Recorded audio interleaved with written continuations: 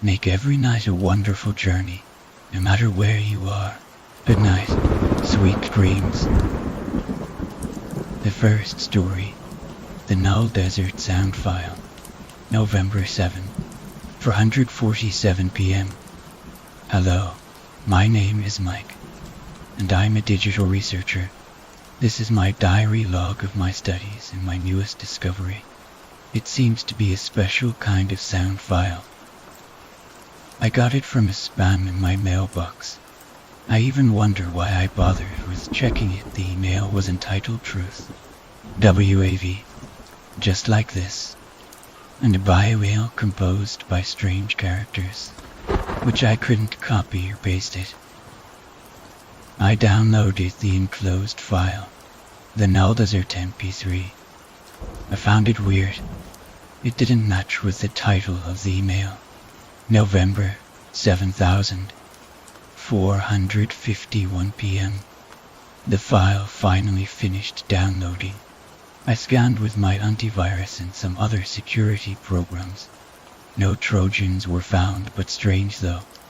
Even without detecting threats, every program started to glitch out. Some of them closed by themselves. One of them crashed, and two of them became glitchy with strange characters and layout malfunctions.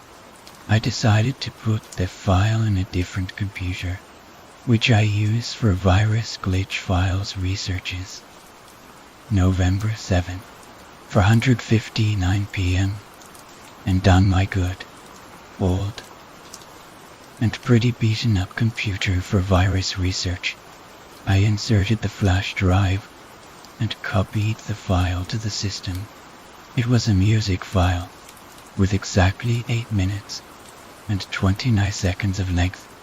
I decided to listen to it first using Windows Media Player, and then decrypt it using different programs. When I started to listen to it, I felt somewhat anxious and unsafe. The first 5 seconds were a faint, nearly soundless static. Then the actual song came up. It was so weird. It was some sort of song, reversed, filled with random effects, and then saved in low quality, but still, I felt so strange. November 71,010 p.m. My mental torture is finally over, and now I open the file using a hex editor. What I saw made no sense. The hexadecimal and in-array structure were from a plain, corrupted file. Every data set of the file was made of completely random bytes that weren't making any kind of readable info.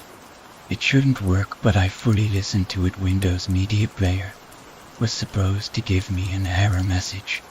There's something wrong here. November 71,021 p.m. I'm taking a break. My head hurts more than the usual. I guess the mindfuck of that song was bigger than I imagined. But I still feel unsafe, like if someone was watching me. November 71,145 p.m. Back to work now. I decided to decrypt the file into spared day, a banks to see if something was missing. I couldn't find anything, just more scrambled data. Maybe I'm skipping something. November 71,101 p.m. Now, I got it at the last 34 seconds of the video. I could hear really faint bip per Y sounds, like a kind of 8-bit song. I quickly opened my radio message translator and placed that exact part of the music there. Something formed beyond my eyes, something that my mind never would forget. November 71,105 p.m. The decrypted sound formed a form 440 for X for 140 for size, grayscale photo. It was from a young girl, not older than 7.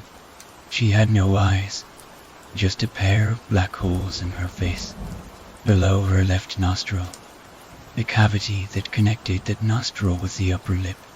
Those holes were bleeding. The background seemed to be a dark basement, with a pair of blank, glimmering white eyes in the upper right corner. Looking at her even without her eyes, I could feel her expression of major horror, sadness, and extreme pain. I stared at that photo for a good 5 minutes, motionless, feeling a cold pain inside the chest. What called my attention was her clothing. It was plain white, but there was a really long binary code. November 71,143 p.m.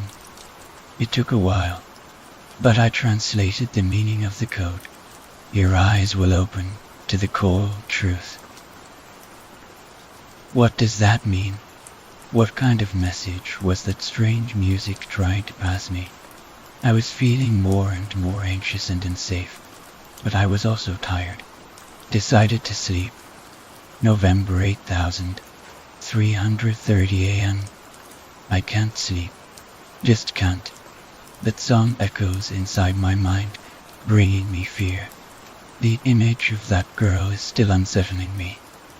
I feel like something is after me. November 101,130 a.m. Coming back from work. I guess I'm going insane. Everywhere I go, I see people with eyes bleeding also. Everything seems to be losing colors. I'm scared, still feeling followed by something. November 101,011 p.m. The file is gone, every copy I made, and every program that was used with it. Everything disappeared from both computers and the flash card. November 11,411 a.m. Another sleepless night. I still hear that thing in my head. Someone, please make it stop now.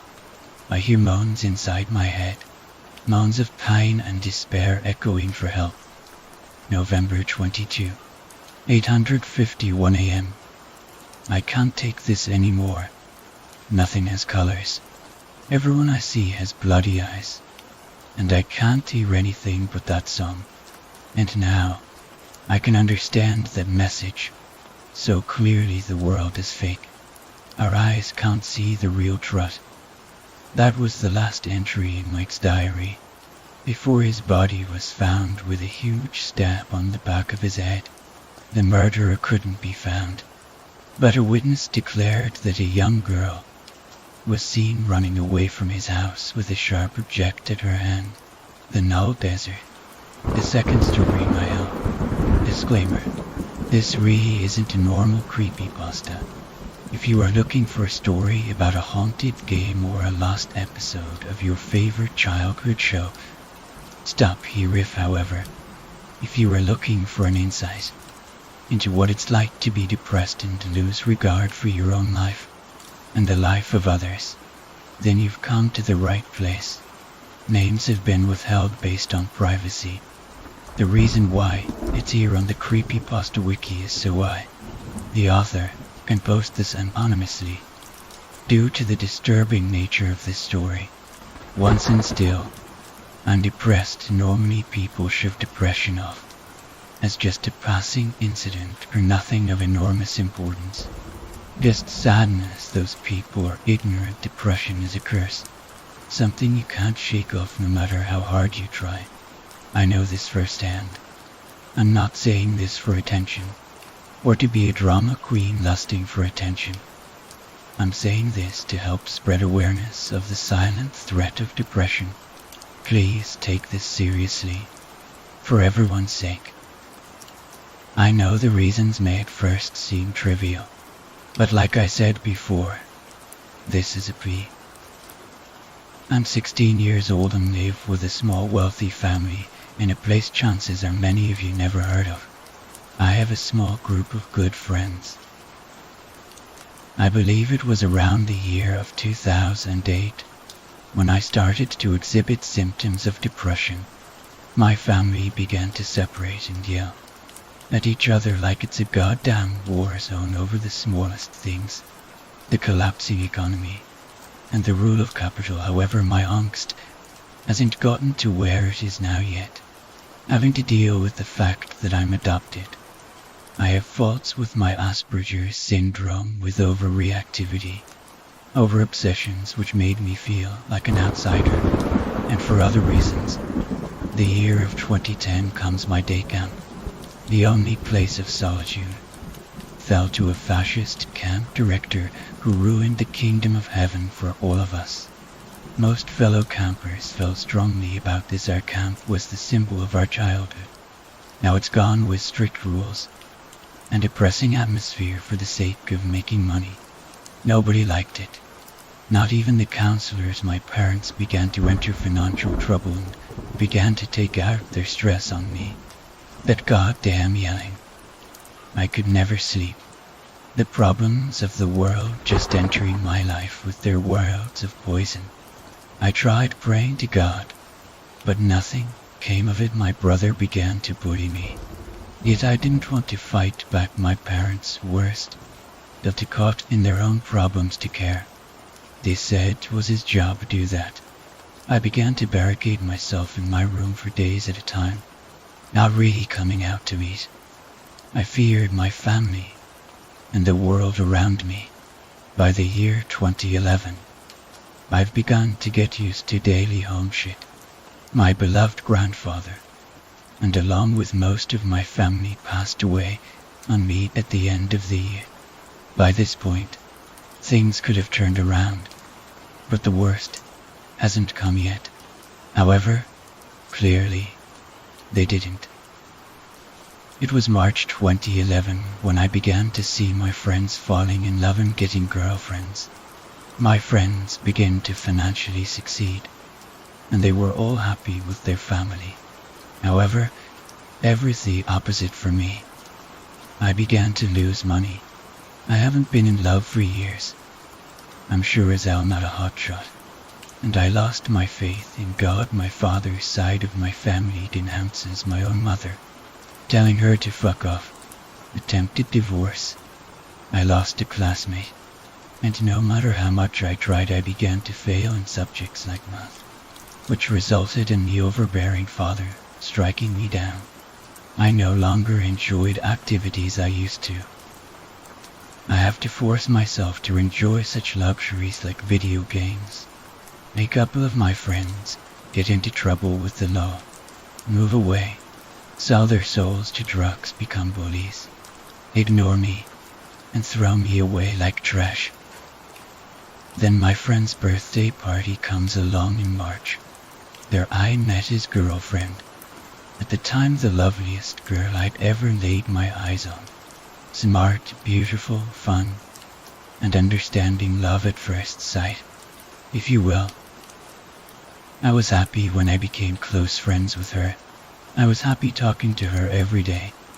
I was happy when she wasn't sad when she was. I told her I would be for her 24 hours a day, 7 days a week, even during my summer. While I was away, I talked to her constantly, something I never do with anyone in September. I professed my love for her and she was not turned away by that. I told her about my problems at home and my shitty life.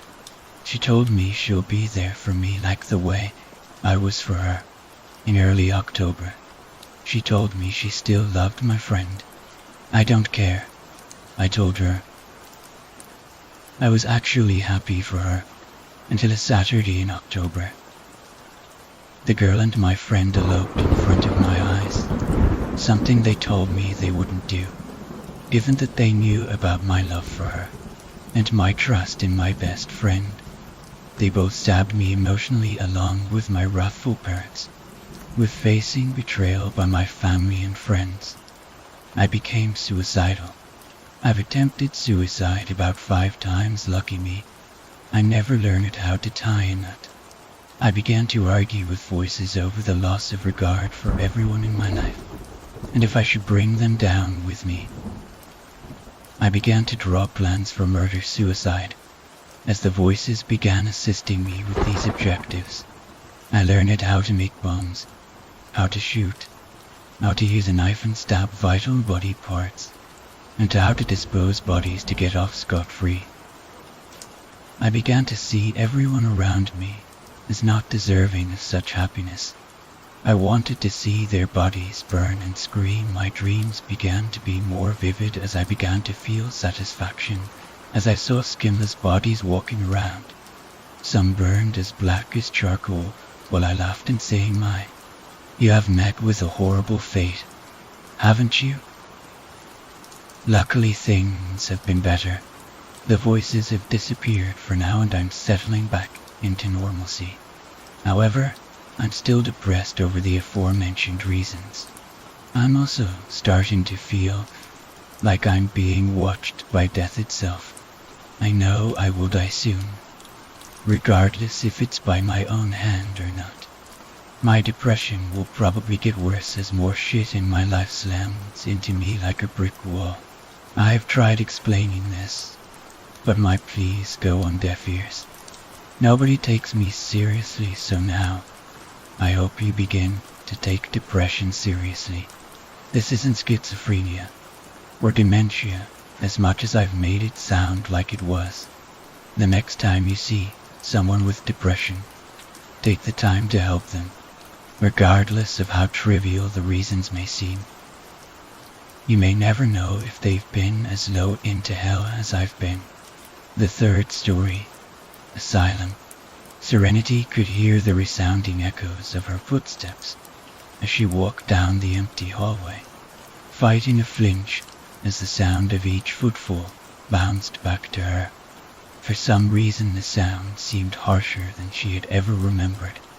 Perhaps it was because she had grown used to the overwhelming silence that accompanied her stay in the asylum. Asylums were meant to be a refuge for those that needed it, though they were more like prisons. A mental and physical prison for those that wanted most to escape.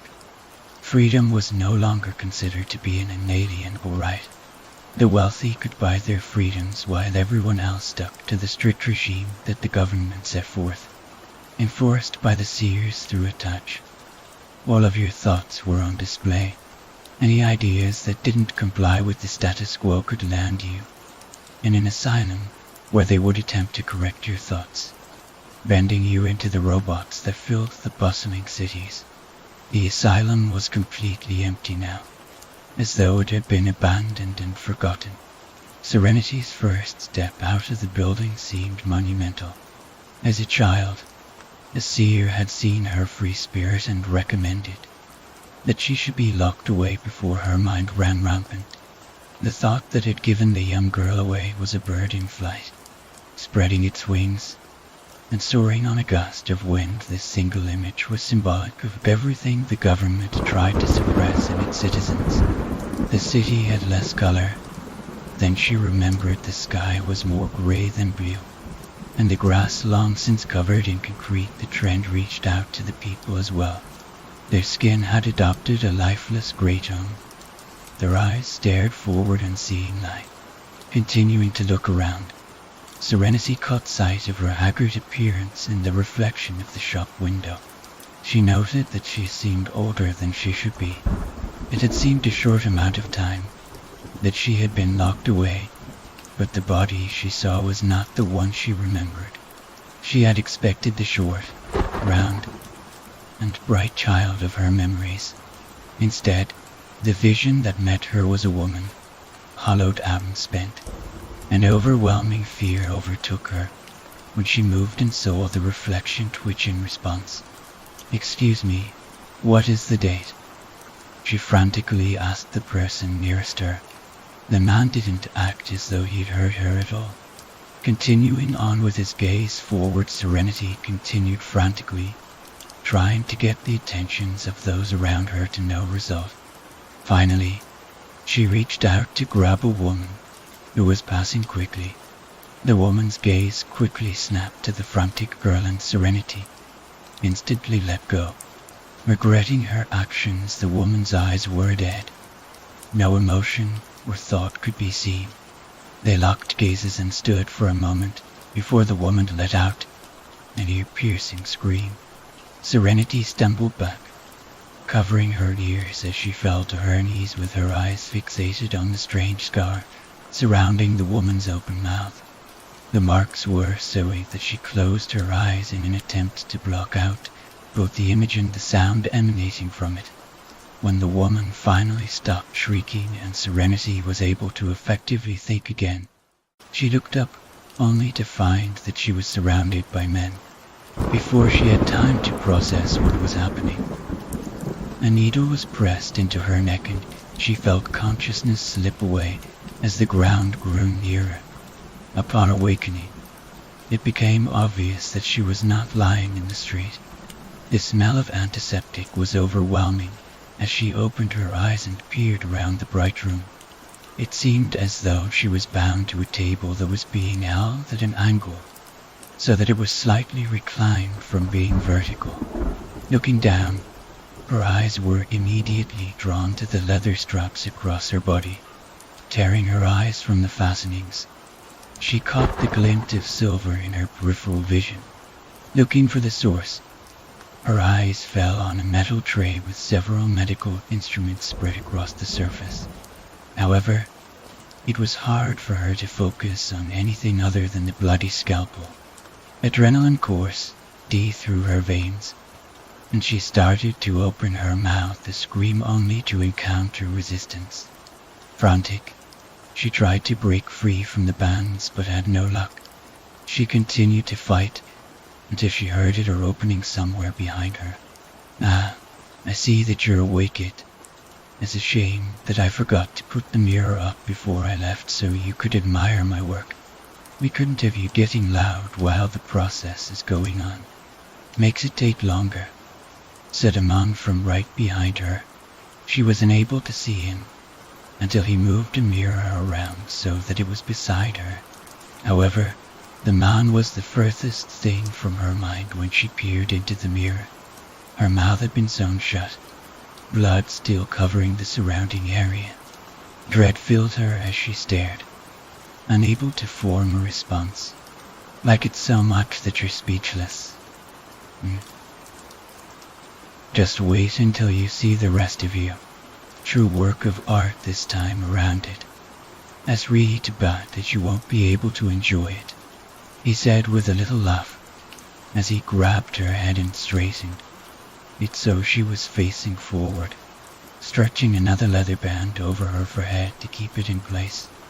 A screen flickered to life before her and the room was filled with a sudden noise that she couldn't play. Instinctively, she closed her eyes, still fighting against her restraints. Now, watch like a good girl. I'd hate to have to open those pretty eyes of yours the hard way. Those scars would be out of place even here." The soft voice of the man whispered into her ear, knowing that his would be the last voice she'd hear regardless of what choice she made. She opened her eyes and gazed into the screen. They widened as they took in the flickering images. Her struggles slowed until she lay limp against the band's gaze still fixed.